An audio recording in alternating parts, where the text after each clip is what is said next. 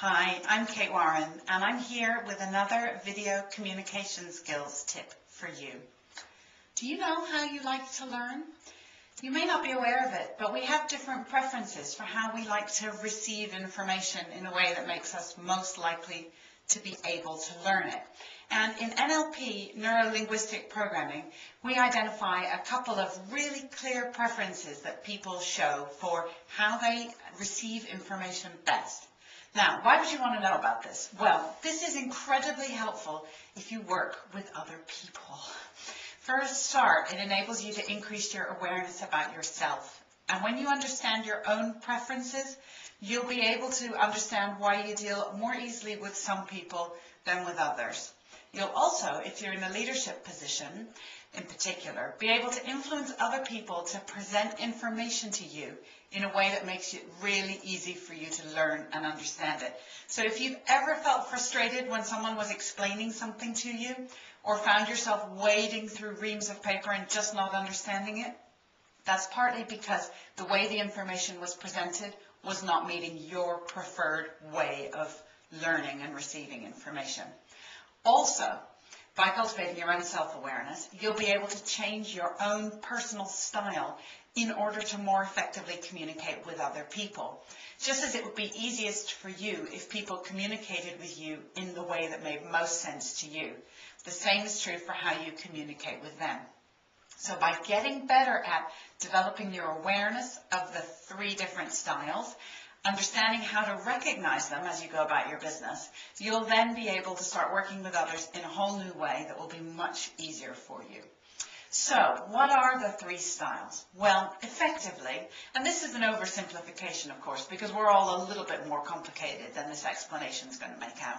Some of us are happiest when we're learning visually. We like to look at things in order to learn. So that might be reading, but it might also be being shown something, watching somebody show us how to do something. So we're happiest really when there's written information we can read, PowerPoint slides to look at, or somebody to watch who's demonstrating the thing that we need to understand. Now that's very much my personal preference, and you see it a lot in big organizations, hence the dominance of PowerPoint in corporate life in recent years. It's because it works well for people with a visual learning style. We're good at retaining that visual information, we're good at remembering things we've read, remembering diagrams, remembering pictures. But you know, that isn't everybody. So there are some people out there with a more auditory learning style. Rather than learning through their eyes, they learn best through their ears. So these are the people who learn best when you explain something to them. If you think of show and tell, the show is the visual style, the tell is the auditory style. So these are people who learn best when they're given a verbal instruction or a verbal explanation. So, for example, I have that visual style. If you had that auditory style, and we went maybe to listen to a lecture or a seminar or a conference presentation together, I would be learning by watching the presenter and looking at the visual aids to do with the presentation. You would be learning by listening to what they had to say. That's really the difference.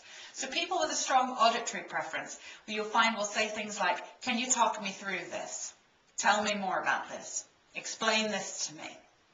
Because they don't do well with processing large amounts of visual information. It's just not the way they learn. But tell them something and they'll remember it forever. So your ability with those people to both summarize key information verbally and be able to expand on it when requested is going to massively increase your influencing skills. And the third preferred learning style is the kinesthetic learning style. Now, kinesthetics are kind of a big word, but it really means of the body. So these are people who learn best by experiencing things physically and also through their emotions and intuition. So these are the people who will learn best by doing. These are the people who will learn best when they have a chance to get active with whatever you want them to understand. So you think of show, tell, and then do, engaging together. These are the people who learn the most once they're actively, physically, and mentally engaged in working with the information. So these are practical, pragmatic people.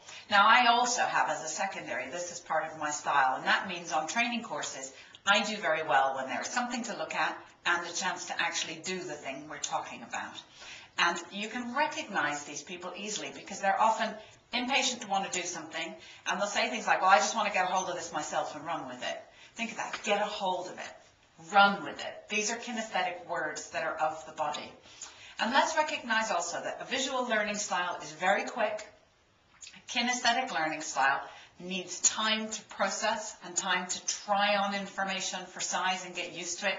And an auditory style is somewhere in between. So if, for example, you spend a lot of time on conference calls at work and it just doesn't do it for you, recognize maybe your style is not so auditory. Maybe you don't learn so well through your ears.